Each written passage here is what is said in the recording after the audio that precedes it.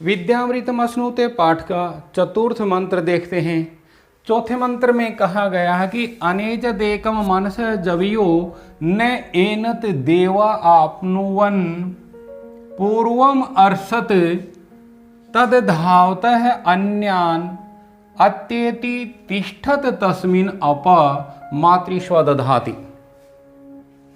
चौथे मंत्र में उस परम परमात्मा का स्वरूप, उसका गुण, विशेषता और शक्ति बताई गई कि वो परमात्मा कैसा है, जो हर जगह चल सबके अंदर समाया हुआ है, जो व्याप्त है, सब कुछ उसके द्वारा जो व्याप्त, उस परमात्मा के द्वारा, उस परमात्मा का स्वरूप बताते हुए कहा गया है कि अनेजत, एजत होता है चल और अनेजत अचल है।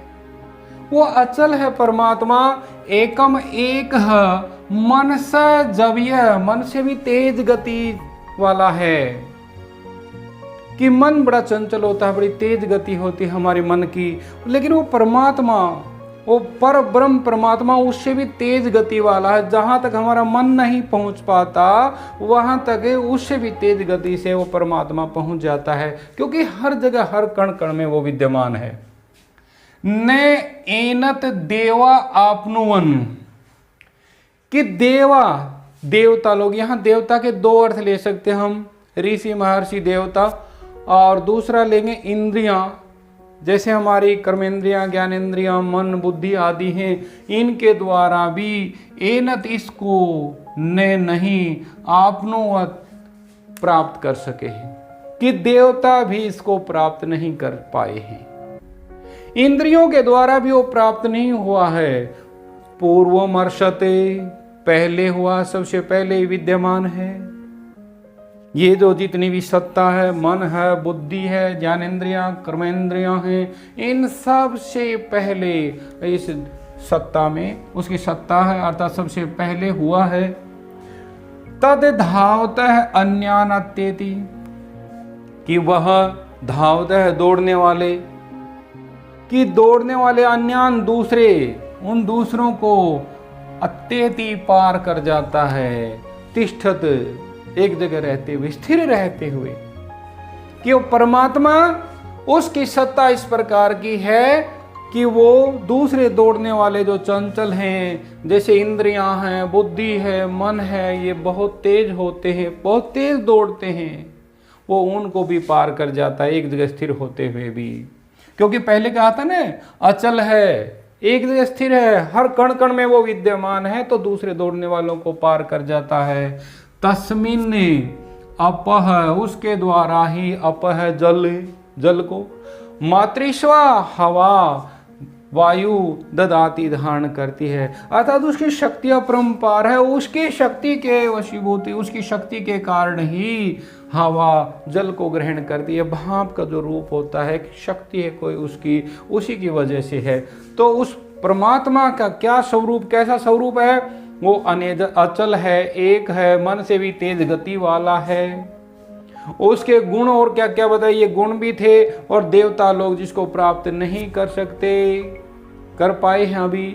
और पूर्वमर्शद जो सबसे पहले हुआ है, तद धावत अन्यान अत्येति, उसकी शक्ति देखिए कि वो दूसरे दौड़ने वालों को, जो चंचल हैं, मन, बुद्धि, ज्ञानेंद्रिय, कर्मेंद्रिय आदि, उन सब को वो तेज गति वाले हैं, उनसे भी उनको भी पार कर जाता है, उनसे ऊपर उठा हुआ है एक जगह स्थिर होते हुए भी। तस्मिन मातृस्व दधाति अप, के उसकी ही एक शक्ति है, उस शक्ति के द्वारा ही वायु जल को ग्रहण करती है, धारण करती है। इसके बाद पांचवा मंत्र, पांचवें मंत्र में आप देखिए, ये कहता है इसके अंदर ज्ञान अर्थात विद्या और अविद्या, और ज्ञान और कर्म, इनके यथार्थ स्वरूप को समझकर जो प्रवृत्त होने वाले मनुष्य, उनकी दुर्गति कैसे होती है, जो उनको रियल में नहीं जानते, अच्छी प्रकार से समझ नहीं पाते, उनकी कैसे दुर्गति होती है, वो इसके माध्यम से बताया गया है कि अंधतमः प्रविशन्ति ये विद्यामुपासते तत भूयैव ते तमो यौ विद्यायां रता, कि अंधतमः घोर अंधकार में प्रविशन्ति प्रवेश करते हैं। वो घोर अंधकार में प्रवेश करते हैं। कौन? ये अविद्याम उपासते, जो अविद्या की उपासना करते हैं। अब यहां पर दो चीजें हमें समझनी होंगी कि विद्या क्या है और अविद्या क्या है। विद्या और अविद्या को समझना होगा कि जो विद्या है इसको हम ज्ञान कहेंगे कि ये जो ज्ञान है ये परमात्मा की प्राप्ति का एक साधन है। परमात्मा की प्राप्ति के लिए सांसारिक भोग विलास और स्वर्ग आदि से पूरी तरह विरक्त होकर, उससे मुक्ति पाकर परमात्मा का निरंतर चिंतन करना ही क्या है? ज्ञान है, अर्थात विद्या है। परमात्मा की प्राप्ति का एक साधन। और अविद्या किसको कहेंगे? अविद्या स्वर्ग आदि का मोह है कि मुझे स्वर्ग चाहिए, उसके लिए अनुष्ठान करते हैं। दूसरा, इस लोक में भी हम विविध प्रकार के भोग विलास आदि की प्राप्ति करते हैं, सुख साधनों को जुटाते हैं और ऐश्वर्य की प्राप्ति करते हैं। उनकी प्राप्ति क्या है? अविद्या है, अर्थात इसको हम कर्म कहेंगे। कर्म है ये। तो यहां पर अभी देखते हैं हमें अंधतमः प्रविशन्ति, घोर अंधकार को प्रवेश करते हैं। ये अविद्याम उपासते, जो अविद्या की उपासना करते हैं, अर्थात जो कर्म की उपासना करते हैं, जो स्वर्ग आदि के मोह की अभिलाषा रखते हैं, का मोह रखते हैं और इस लोक में भी विविध प्रकार के ऐश्वर्य युक्त भोग विलास आदि की कामना जो करते हैं, ऐसे व्यक्ति घोर अंधकार में प्रवेश करते हैं। और कहता ततः भूय इव ते तमः यौ विद्यायाम रता। ततः भूय इव मानो उससे भी अधिक, ततः भूय उससे भी अधिक, ते माने वे, तम है और ज्यादा अंधकार में प्रवेश करते हैं। कौन? यौ विद्यायाम रता, जो विद्या में लीन रहते हैं। अब विद्या में लीन कौन रहता है? विद्या का मतलब ज्ञान में लीन रहते हैं, अर्थात परमात्मा में लगे रहते हैं। केवल और केवल वो पढ़े लिखे मानते हैं अपने आप को कि उनको शास्त्रों का ज्ञान हो जाता है और शास्त्रों को पढ़ लिख कर बहुत ज्यादा अपने आप को विद्वान समझ बैठते हैं। वो उससे भी घोर अंधकार में प्रवेश करते हैं। वो अपने सांसारिक कर्तव्यों को भूल जाते हैं और उससे भी ज्यादा नीच योनियों में और बुरे नरकों में, नरक से भी बुरे लोक में प्रवेश करते हैं, जो कौन केवल विद्या में लीन रहते हैं। नेक्स्ट है छठा। देखिए अब छठा मंत्र कहता है, इस मंत्र के अंदर बताया गया है कि ज्ञान और कर्म, इन दोनों को जो समझकर जो ज्ञान और कर्म में प्रवृत्त रहने से उसकी जो फल की प्राप्ति होती है, उसकी बात यहां पर की गई है। अन्यत एव आहु विद्या। यहां पे एक शब्द जोड़ रहे थे हम, फलम, कि अन्यत एव, दूसरा ही आहु बताया गया है विद्या के द्वारा, अर्थात ज्ञान के द्वारा कोई और फल बताया गया है। ज्ञान का फल क्या था? ज्ञान क्या था? पर ब्रह्म परमात्मा की प्राप्ति का एक साधन था और इसका फल परमात्मा का साक्षात्कार, परमात्मा से जुड़ना, साक्षात्कार करना। तो शास्त्रों में कहता कि अन्यत एव आहु विद्या, कि ज्ञान के द्वारा, विद्या के द्वारा या ज्ञान के द्वारा कोई और ही फल बताया गया। फल क्या बताया गया शास्त्रों में? इसका फल है परमात्मा का साक्षात्कार। और अन्यत आहु अविद्या, यहां पर विसर्ग हो से रह बना था ना, अन्यत आहु अविद्या। और अविद्या का अर्थात अज्ञान का, कर्म का, इसके द्वारा कोई अलग फल बताया गया है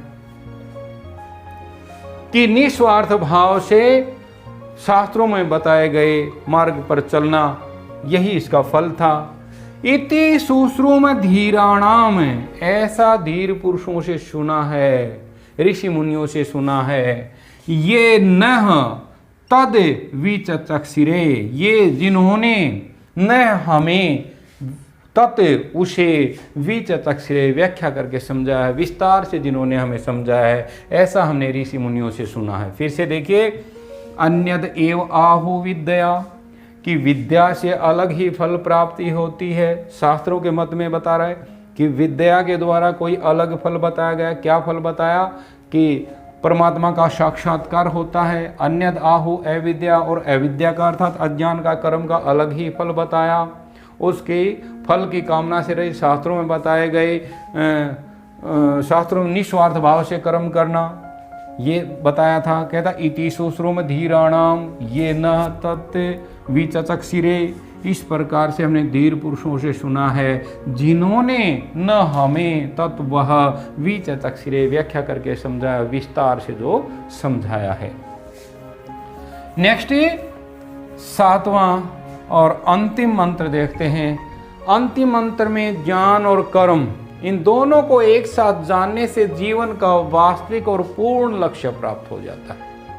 ज्ञान और कर्म दोनों को एक साथ जानने से जो हमारा वास्तविक लक्ष्य है पूर्ण हो जाता है। किस प्रकार से होता है देखिए, बताया गया है, विद्याम च विद्या विद्याम चा विद्याम च यह तद वेदो भयम सह अविद्या मृत्युम तीर्वा विद्या अमृतम अश्नुते, और यही जो था विद्या अमृतम अश्नुते, इसी के आधार पर पाठ का नाम भी विद्या अमृतम अश्नुते रखा गया है।